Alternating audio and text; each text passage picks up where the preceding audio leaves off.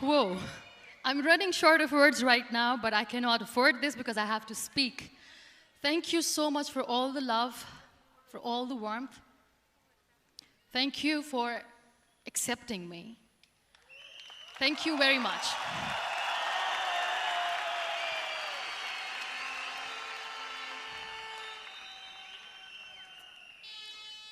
Well, I always start my talk with a disclaimer. And that disclaimer is that I've never claimed to be a motivational speaker. Yes, I do speak, but I feel more like a storyteller because wherever I go, I share a story with everyone. Well, it is a story of a woman whose perfectly imperfect life made her who and what she is today. It's the story of a woman who, in pursuit of her dreams and aspirations, made other people realize that if you think that your life is hard and you're giving up on that because you think your life is unfair, think again. Because when you think that way, you are being unfair to your own self. It's the story of a woman who made people realize that sometimes problems are not too big. We are too small because we cannot handle them.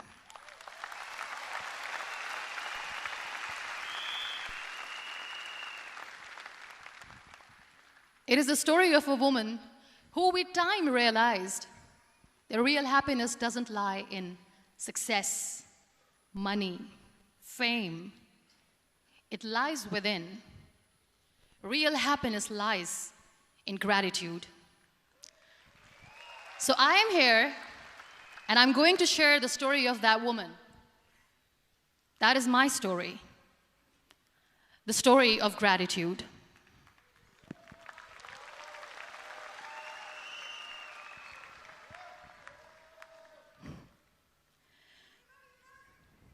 I love you too. I love you all. I believe in the power of words. Many people speak before they think. But I know the value of words. The words can make you, break you, they can heal your soul, they can damage you forever.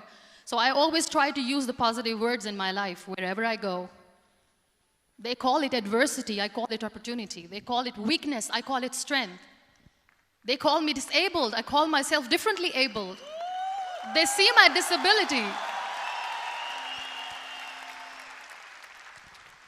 They see my disability, I see my ability. There are some incidents that happen in your life, and those incidents are so strong that they change your DNA.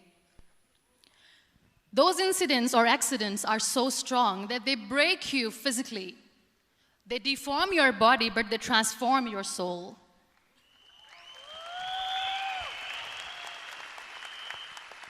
Those incidents break you, deform you, but they mold you into the best version of you. And the same thing happened to me. And I'm going to share what exactly happened to me. I was 18 years old when I got married. And this thing I'm sharing for the very first time on an international level. I was 18 years old when I got married. I belonged to a very conservative family, a Baloch family, where good daughters never say no to their parents. My father wanted me to get married. And all I said was, if that makes you happy, I'll say yes. And of course, it was never a happy marriage. Just about after 2 years of getting married, about 9 years ago, I met a car accident. Somehow my husband fell asleep and the car fell in the ditch. He managed to jump out, saved himself. I'm happy for him. But I stayed inside the car and I sustained a lot of injuries. The list is a bit long. Don't get scared. I'm perfectly fine now. Radius ulna of my right arm were fractured. The wrist was fractured. Shoulder bone and collarbone were fractured. My whole rib cage got fractured. And because of the rib cage injury, lungs and liver were badly injured. I couldn't breathe. I lost urinary bowel control. That's why I have to wear the bag wherever I go. But that injury that changed me and my life completely as a person and my perception towards living my life was the spine injury. 3 vertebrae of my backbone were completely crushed, and I got paralyzed for the rest of my life.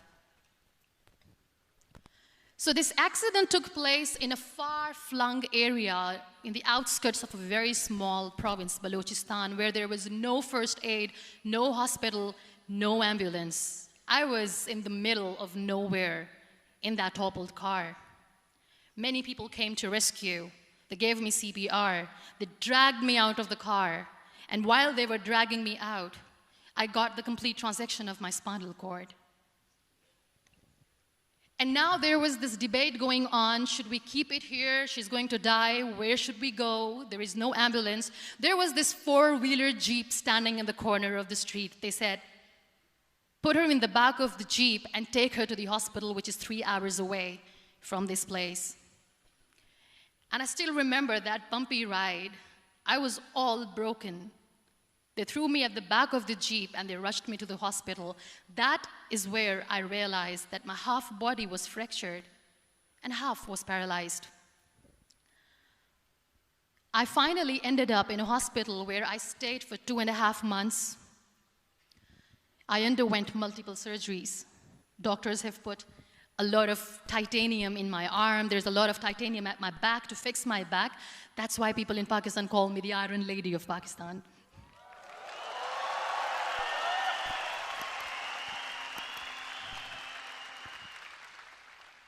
Sometimes I wonder how easy it is for me to describe all this all over again. And somebody has rightly said that when you share your story and it doesn't make you cry, that means you have healed.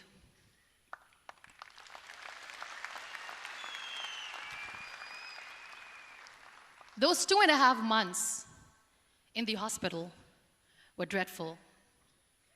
I will not make up stories just to inspire you. I was at the verge of despair. One day, doctor came to me and he said, well, I heard that you wanted to be an artist, but you ended up being a housewife. I have a bad news for you. You won't be able to paint again because your wrist and your arm are so deformed, you won't be able to hold a pen again. And I stayed quiet. Next day, doctor came to me and said, your spine injury is so bad, you won't be able to walk again. I took a deep breath and I said, it's all right. The very next day, doctor came to me and said, because of your spine injury and the fixation that you have in your back, you won't be able to give birth to a child again. That day, I was devastated. I still remember, I asked my mother, why me? And that is where I started to question my existence. Why am I even alive? What's the point of living? I cannot walk, I cannot paint, fine. I cannot be a mother. And we have this thing in our heads, being women, that we are incomplete without having children.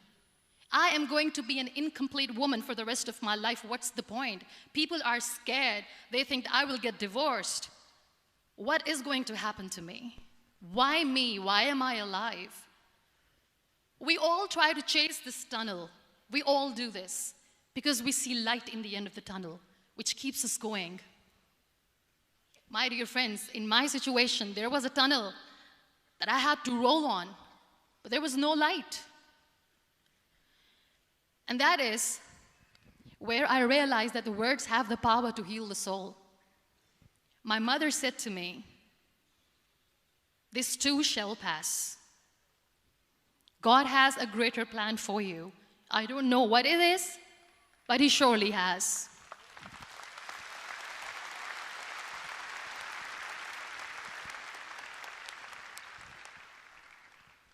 And in all that distress and grief, somehow or the other, those words were so magical that they kept me going. I was trying to put that smile on my face all the time, was hiding. It was so hard to hide the pain, which was there. But all I knew was that if I will give up, my mother and my brothers will give up too. I cannot see them crying with me.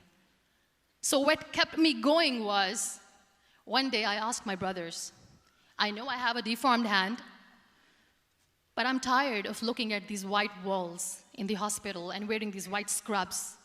I'm getting tired of this. I want to add more colors to my life. I want to do something. Bring me some colors. Bring me some small canvas. I want to paint. So the very first painting I made was on my deathbed, where I painted for the very first time. It was not just an art piece or just my passion. It was my therapy. What an amazing therapy it was. Without uttering a single word, I could paint my heart out. I could share my story. People used to come and say, what lovely painting, so much color. Nobody could see the grief in it. Only I could. So that's how I spent 2.5 months in my hospital, crying, never complaining or whining, but painting. And then I was discharged, and I went back home. And I went back home, and I realized that I have developed a lot of pressure ulcers on my back and on my hip bone. I was unable to sit. There were a lot of infections in my body, a lot of allergies. So doctors wanted me to lie down on the bed straight for not 6 months, for not 1 year, for 2 years. I was bedridden, confined in that one room, looking outside the window, listening to the birds chirping, and thinking maybe there will be a time when we'll be going out with the family and enjoying the nature. That was the time where I realized how lucky people are, but they don't realize. That is the time where I realized that the day I'm going to sit, I'm going to share this pain with everyone to make them realize how blessed they are, and they don't even consider them lucky. There are always turning points in your life. There was a rebirth day that I celebrated. After 2 years and 2.5 months, when I was able to sit on a wheelchair, that was the day when I had the rebirth. I was a completely different person. I still remember the day I sat on the wheelchair for the first time, knowing that I'm never going to leave this, knowing that I won't be able to walk for the rest of my life. I saw myself in the mirror, and I talked to myself. And I still remember what I said. I cannot wait for a miracle to come and make me walk. I cannot sit in the corner of the room crying, cribbing, and begging for mercy because nobody has time. So I have to accept myself the way I am. The sooner, the better. So I applied the lip color for the first time.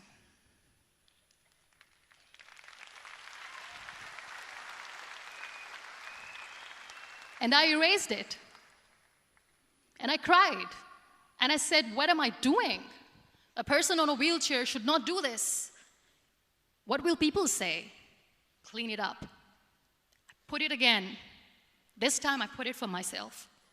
Because I wanted to feel perfect from within.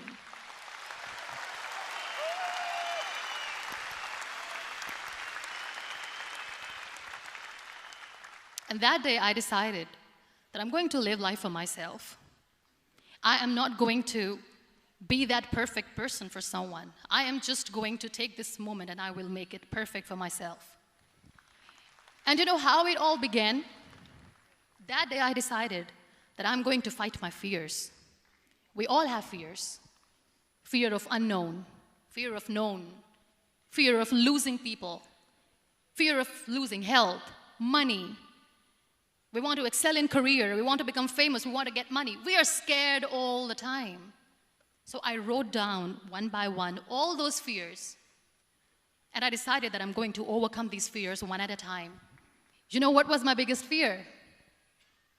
Divorce. I couldn't stand this word. I was trying to cling on to this person who didn't want me anymore, but I said no. I have to make it work. But the day I decided that this is nothing but my fear, I liberated myself by setting him free. And I made myself emotionally so strong that the day I got the news that he's getting married, I sent him a text that I'm so happy for you and I wish you all the best. And he knows that I pray for him today.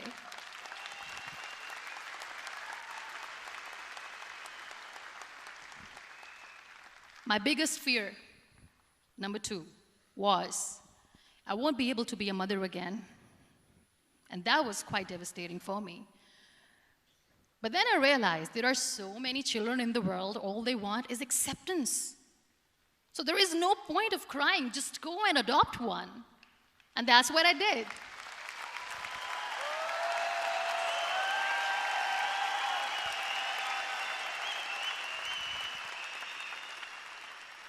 I gave my name in different organizations, different orphanages. I didn't mention that I'm on a wheelchair, dying to have a child. So I just told them that this is Muneeba Mazari and she wants to adopt a boy or girl, whatsoever, but I want to adopt a kid. And I waited patiently. 2 years later, I got this call from a very small city in Pakistan. I got a call and they said, "Are you Muneeba Mazari? There is a baby boy and would you like to adopt?" And when I say yes, I could literally feel the labor pain. I said, yes, yes, I am going to adopt him. I am coming to take him home.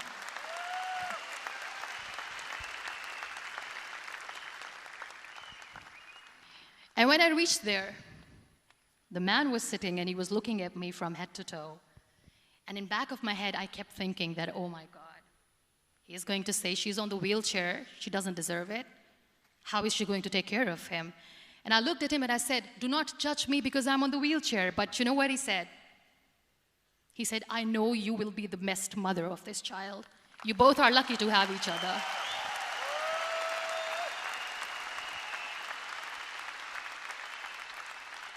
And that day, I was 2 days old, and today he's 6.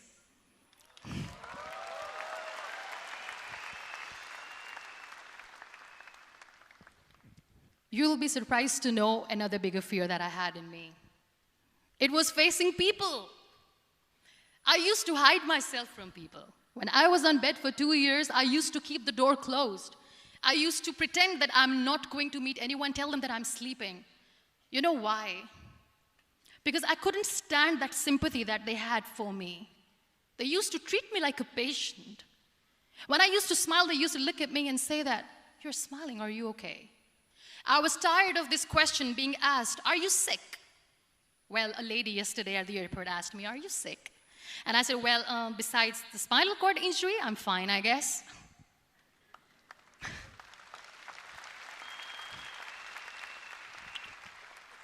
But those are really cute questions. They never used to feel cute when I was on the bed.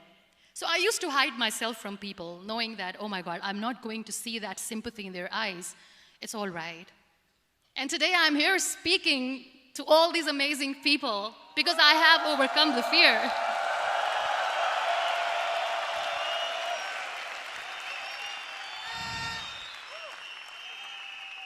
You know, when you end up being on the wheelchair, what's the most painful thing?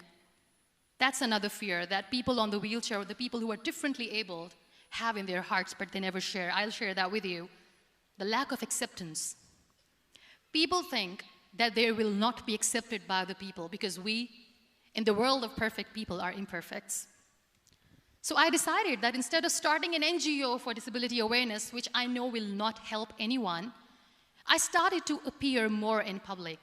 I started to paint. I always wanted to. I have done a lot of exhibitions. I'm Pakistan's first wheelchair-bound artist. I have done a lot of modeling campaigns, different campaigns for brands like Tony and Guy.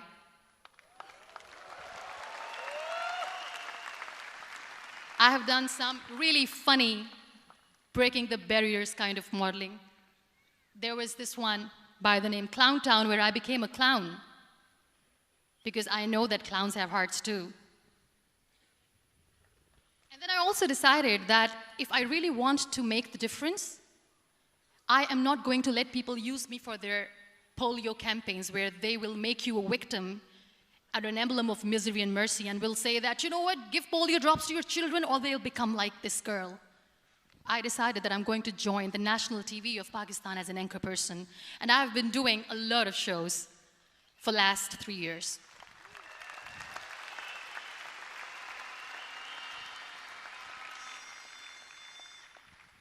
So when you accept yourself the way you are, the world recognizes you. It all starts from within. Thank you.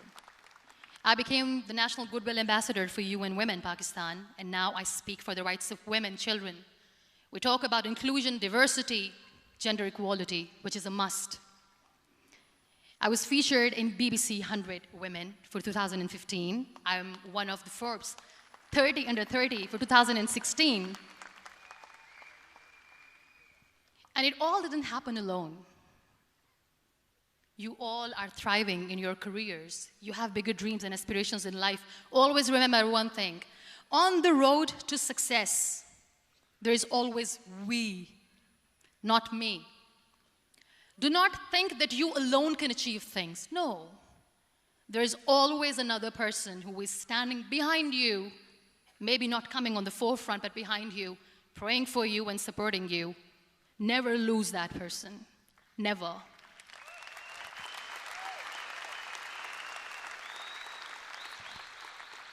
No matter how much I say that I couldn't find a hero, so I became one, I still want to recognize those 3 people in my life who literally changed my life completely, and I get inspiration from them every single day. Waleed Khan. Many people know about the terrorist attacks in Pakistan. We have lost many people.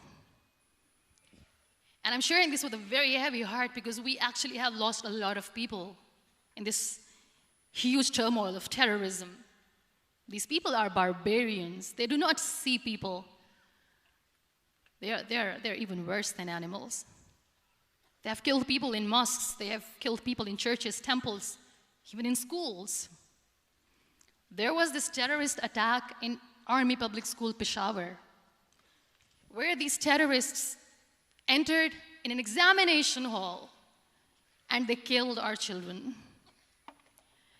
And in that attack, that day, this beautiful boy, Waleed Khan, who was my hero, my real life hero, was the proctor who was taking care of the students, was keeping an eye on the students. Those barbarians shot him 3 times in the face, 5 times on his body, and he fell down. I was asked to give a talk in the school after a week of that terrorist attack. With a very heavy heart, I went there and I spoke. We sang a few national songs. I thought that maybe I've done my part, but deep inside, it was killing me. I could see children injured. I could see children sitting on the wheelchairs, looking at me, wondering, what next? What was our fault? Just because we were here to give examination, we have been shot. So many people, so many children lost their friends. Their classrooms were empty. The next day they went to the classroom. So this kid, Waleed Khan, I was asked that he is in a hospital right now, and you have to go and see him and motivate him and tell him that it's going to be okay. And when I saw Waleed Khan coming on the wheelchair for the first time in front of me, face was all deformed. His leg was fractured, his arm was fractured. He couldn't talk, he lost his teeth. He cannot sneeze, he cannot smell. He cannot eat. And I kept thinking, what should I say? That everything is going to be all right? No, nothing is all right.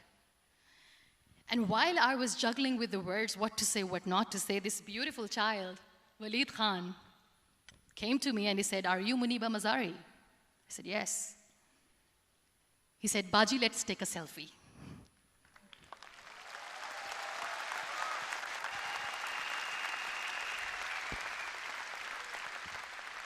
And with that beautiful, toothless smile of Waleed Khan, we took that beautiful selfie that I still have with me. I don't share that here because he was in a very bad shape that time. And that is where I realized that when I was thinking too much about his deformities, he's happy with himself. He doesn't even care. Because today he goes in the same school, and when somebody asks him that what happened to your face, why so many scars, you know what he says? "These scars are my medals and I wear them with pride."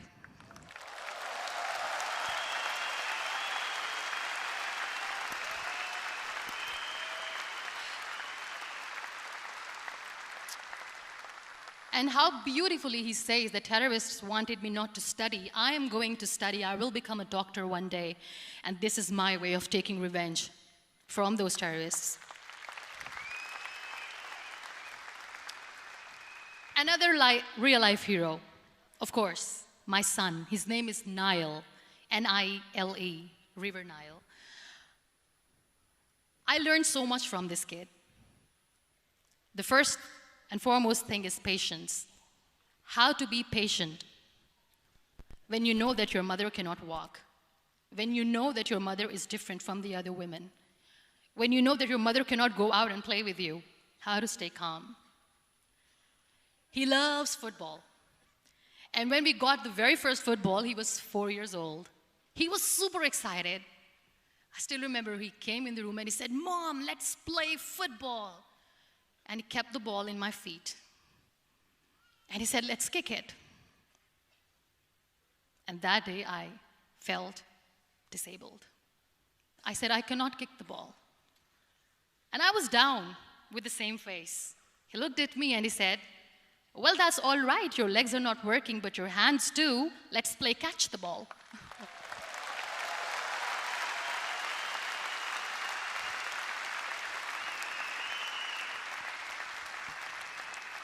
You know what? That day he made me realize that when you think your glass is half empty, come on, your glass is half full.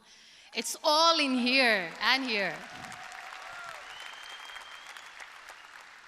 Last but not least, the woman who made me realize that heroes have no gender. The woman who believed in me even when I was completely at the verge of despair, where everybody left, she was there. And every time I looked at her, without saying anything, she used to look at me and said, "This too shall pass. God has a bigger plan. And one day you will say that, oh my God, that is why God has chosen me." She never cried in front of me. She has always said that there will be haters, there will be naysayers, there will be disbelievers, and then there will be you proving them wrong. My mother.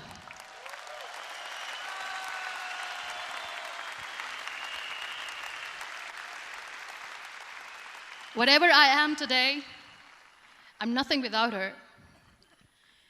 I'm nothing without her.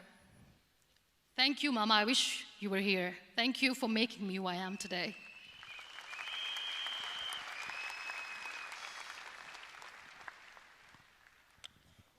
You know what? We human beings have a problem. Out of many problems, there is one more, and this is a self-created one. We always expect ease from life. We have this amazing fantasy about life. This is how things should work. This is my plan. It should go as per my plan. If that doesn't happen, we give up. So my dear friends, let me tell you one thing. I never wanted to be on the wheelchair. Never thought of being on the wheelchair. I was always aspiring to do bigger things, but had no idea that for that I have to pay the price to be where I am today. It's a very heavy price. This life is a test and a trial, and tests are trials are never supposed to be easy. So when you are expecting ease from life, and life gives you lemons, then you make the lemonade, and then do not blame life for that, because you were expecting ease from a trial. Trials make you a stronger, better person. Life is a trial, and with time you realize that.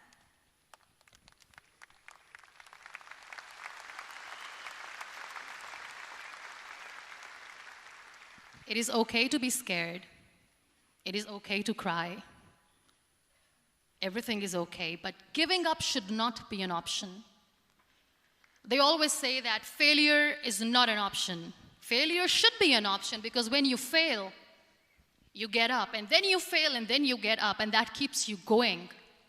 That's how humans are strong.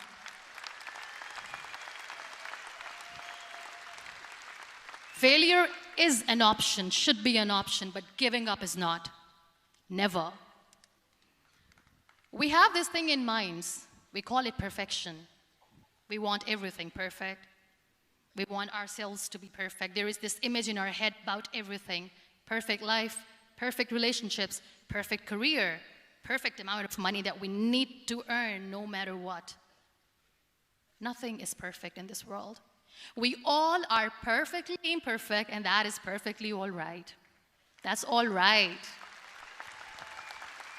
We were sent here not to become the perfect people.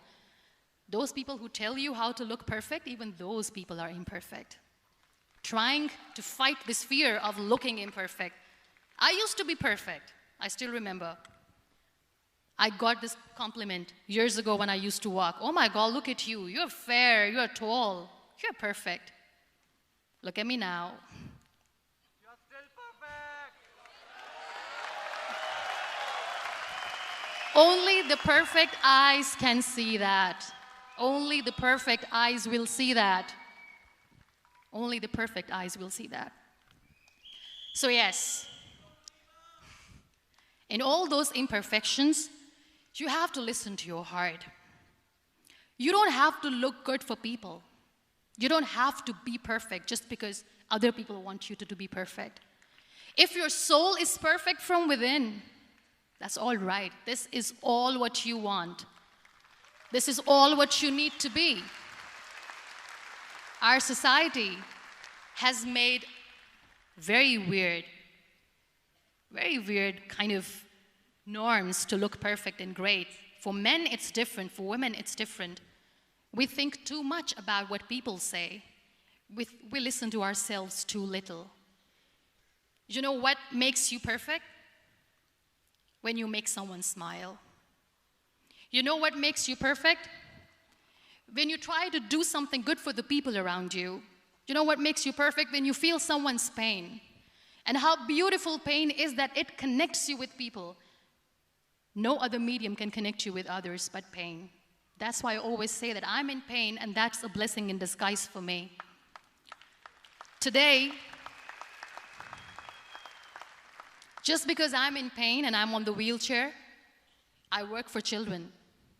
Being the head of CSR for a company, we conduct medical camps in far-flung areas of Pakistan where so many kids die because they don't have medical facilities. And I personally believe just because they cannot afford to live doesn't mean we'll let them die. So we give them money, we give them medical treatment, we try to heal their wounds, physical and emotional.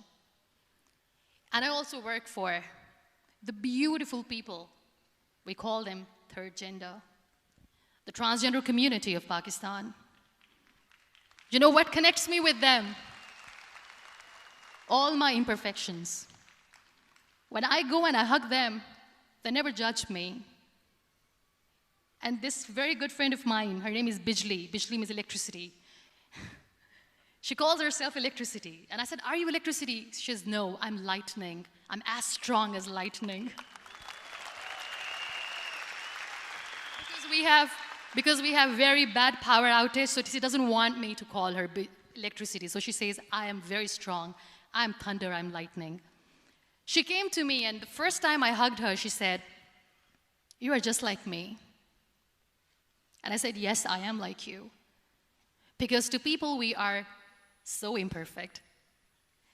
So how beautiful these imperfections are, that because of these imperfections, you can connect with people. Then why are we all running after being perfect? What's the point?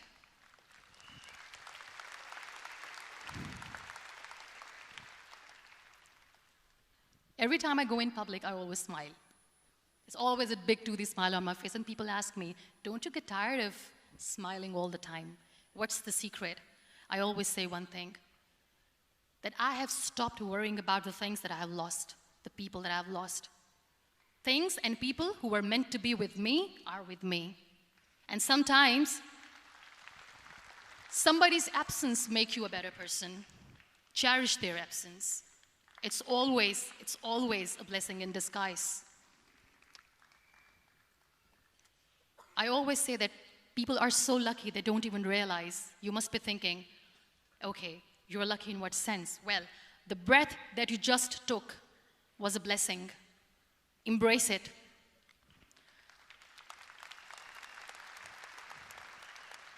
There are so many people in the world who are dreaming to live a life that you are living right now. You have no idea. Embrace each and every breath that you are taking. Celebrate your life. Live it. Don't die before your death. We all die.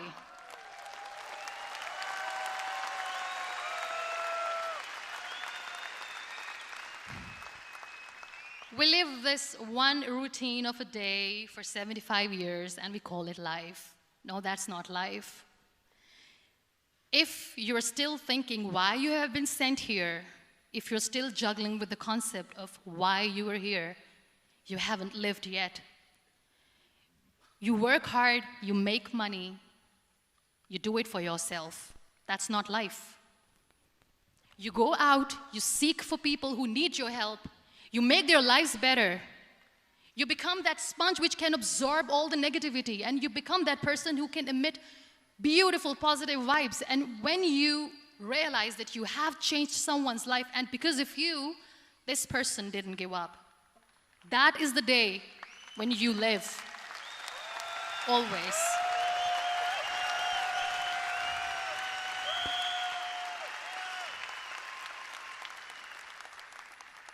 We were talking about gratitude, why I smile all the time. I cry all night when nobody sees me, because I'm a human and I have to keep the balance. And I smile all day because I know that if I will smile, I can make people smile. That keeps me going.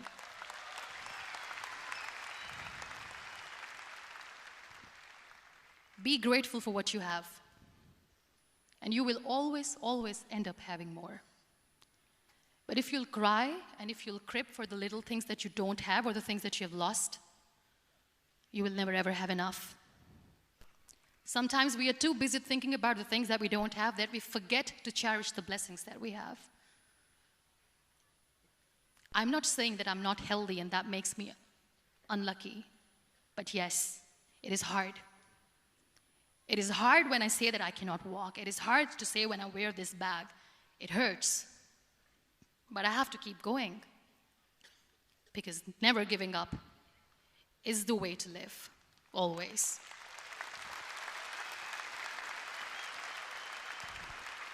So I'll end my talk on a very short note. Live your life fully. Accept yourself the way you are. Be kind to yourself. Be kind to yourself. I'll repeat, be kind to yourself, and only then you can be kind to others. Love yourself and spread that love. Life will be hard. There will be turmoils, there will be trials, but that will only make you stronger. Never give up. The real happiness doesn't lie in money or success or fame. I have this all, I never wanted this. Real happiness lies in gratitude. So be grateful, be alive, and live every moment. Thank you so much, everyone. Thank you.